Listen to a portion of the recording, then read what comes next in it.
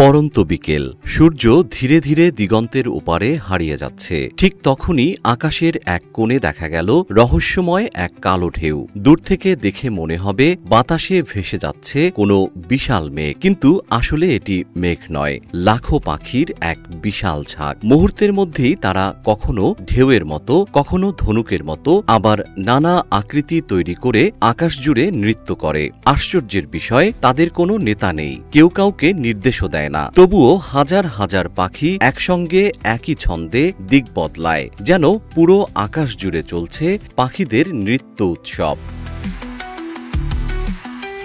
কিন্তু প্রশ্ন হলো, পাখিরা কেন এমন করে? এই প্রশ্নের উত্তর খুঁজতে বিজ্ঞানীরা বছরের পর বছর গবেষণা করেছেন। তাদের গবেষণায় উঠে এসেছে, স্টার্লিং পাখির এই আচরণের পেছনে রয়েছে কয়েকটি গুরুত্বপূর্ণ কারণ।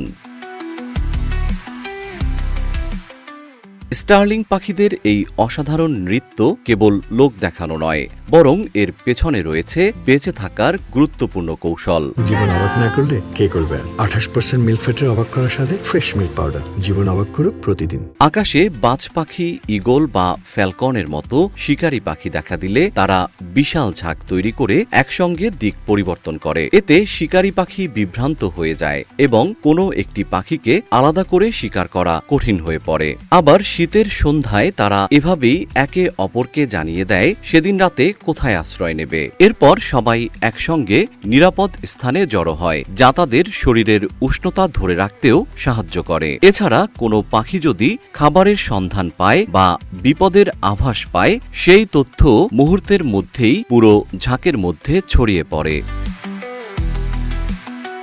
স্টার্লিং পাখিদের এই ওড়াউড়ি দেখতে জাদুর মতো লাগলেও এর পেছনে রয়েছে বিজ্ঞানের ব্যাখ্যা। প্রতিটি পাখি তার আশপাশের কয়েকটি পাখির গতিবিধি অনুসরণ করে, তাই একটি পাখি দিক বদলালেই মুহূর্তের মধ্যে পুরো ঝাঁক একইভাবে ঘুরে যায়।